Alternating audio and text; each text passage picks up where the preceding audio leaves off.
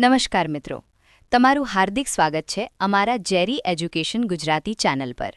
Video શરૂ કરતા પહેલાં વિડિયો ગમે તો લાઇક જરૂર કરો, તમારા મિત્રો સાથે શેર કરો અને અમારા ચેનલને સબસ્ક્રાઇબ કરીને બેલ આઇકન દબાવવાનું ભૂલશો નહીં, જેથી દરેક નવી વિડિયોની નોટિફિકેશન તમને સૌથી પહેલાં મળે. ચાલો મિત્રો, હવે આજનો મહત્વપૂર્ણ ટોપિક શરૂ કરીએ.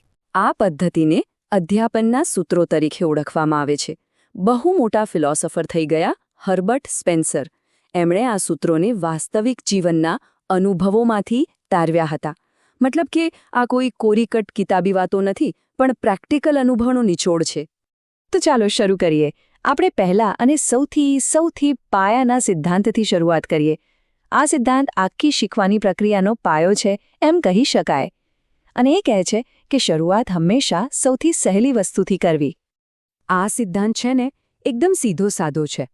એ કહે છે કે એવી બાબતોથી શરૂઆત કરો જેને સમજવા માટે મગજને બહુ કસરત ન કરવી પડે.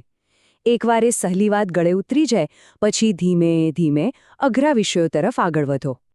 અરે, આપણે રોજબરોજના જીવનમાં આજ તો કરીએ છીએ.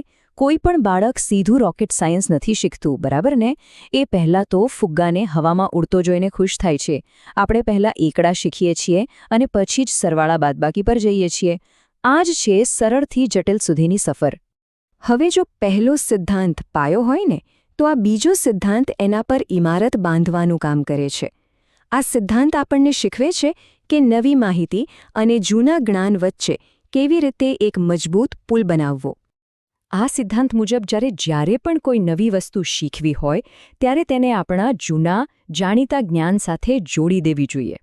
જેવું આ કનેક્શન થાય ને, ત્યારે જ પેલી આહાવાળી મોમેન્ટ આવે છે, જ્યારે બધું એકદમ સાફ દેખાવા લાગે છે.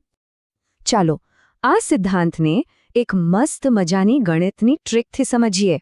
તૈયાર છો? આનાથી ખબર પડશે કે આ સિદ્ધાંત કેટલો પાવરફુલ છે. જોયું? 83નું ઘડિયો કદાચ યાદ ન હોય, પણ 8 અને 3ના ઘડિયા તો બધાને આવડે જ છે. આપણે જે જાણતા હતા એટલે કે જ્ઞાતનો ઉપયોગ કરીને જે નથી જાણતા એટલે કે અજ્ઞાત એ શોધી કાઢ્યું. બસ આટલું જ સરળ છે. અને આ ખાલી ગણિતમાં જ કામ નથી કરતું, દરેક વિષયમાં કામ આવે છે. જેમ કે ઘરના નાના બજેટને સમજાવીને દેશના મોટા બજેટને સમજી શકાય, અથવા તો ખાલી તાળી પાડવાની ક્રિયાથી ન્યૂટનનો ગતિનો ત્રીજો નિયમ પણ શીખી શકાય છે. હવે આપણે ત્રીજા સિદ્ધાંત તરફ આગળ વધીએ. આ સિદ્ધાંત આપણને એવી બાબતો શીખવવામાં મદદ કરે છે જેને આપણે જોઈ કે સ્પર્શી શકતા નથી, માત્ર અનુભવી શકીએ છીએ. મૂર્ત એટલે જે આપણી આંખો સામે છે, જેને આપણે અડી શકીએ, અનુભવી શકીએ. અને અમૂર્ત એ તો બસ વિચારો છે, લાગણીઓ છે, સિદ્ધાંતો છે જે ફક્ત કલ્પનામાં જ હોય છે. આના પરથી જ હર્બર્ટ સ્પેન્સરે બહુ સરસ વાત કહી છે.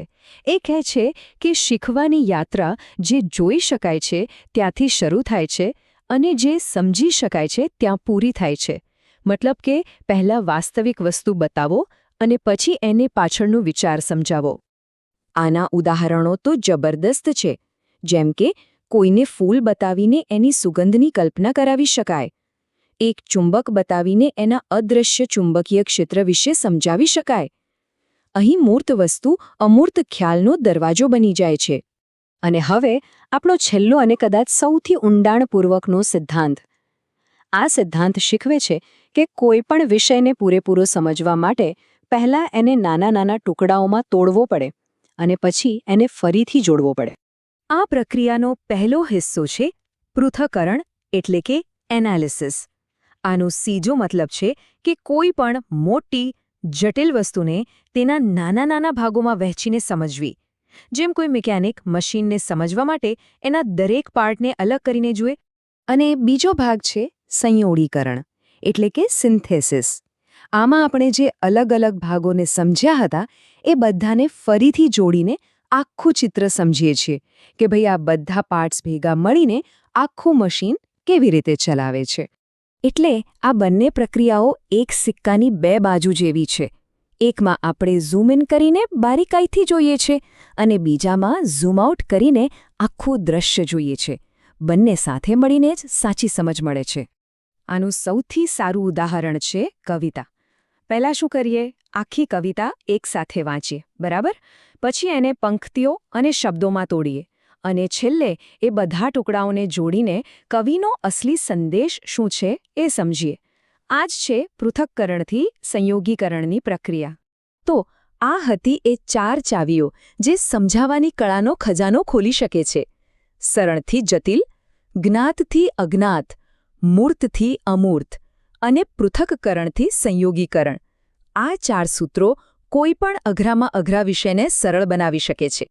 અને એક વાત યાદ રાખવા જેવી છે, આ સૂત્રો માત્ર સ્કૂલના ક્લાસરૂમ માટે નથી, આ તો જીવનના દરેક ક્ષેત્રમાં કામ આવે છે. પછી ભલે કોઈ લીડર હોય, કોઈ કલાકાર હોય કે પછી કોઈ માતા-પિતા હોય.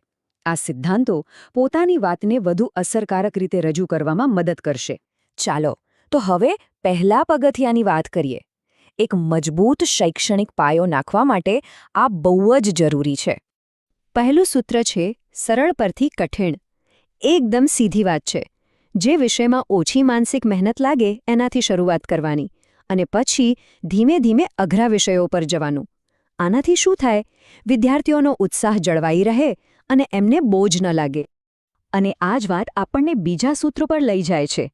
જ્ઞાત પરથી અજ્ઞાત. બહુ સરસ ઉદાહરણ છે, જુઓ. વિદ્યાર્થીને એમના ગામની નદી વિશે તો ખબર જ હોય, ખરું ને? એ એમના માટે જ્ઞાત છે. હવે એના આધારે આપણે એમને દૂર આવેલી ગંગા નદી એટલે કે અજ્ઞાત વિષય વિશે શીખવી શકીએ છીએ. એકદમ સરળ.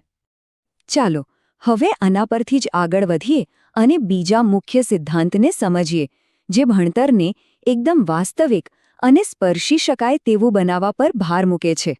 આ સૂત્ર છે મૂર્ત પરથી અમૂર્ત. મતલબ કે જે વસ્તુઓને વિદ્યાર્થીઓ જોઈ શકે, સ્પર્શી શકે, એનાથી શરૂઆત કરો. જેમ કે એક ફૂલ, એ મૂર્ત છે, અને પછી એનાથી જોડાયેલા અમૂર્ત ખ્યાલ પર જાઓ, જેમ કે એની સુગંધ.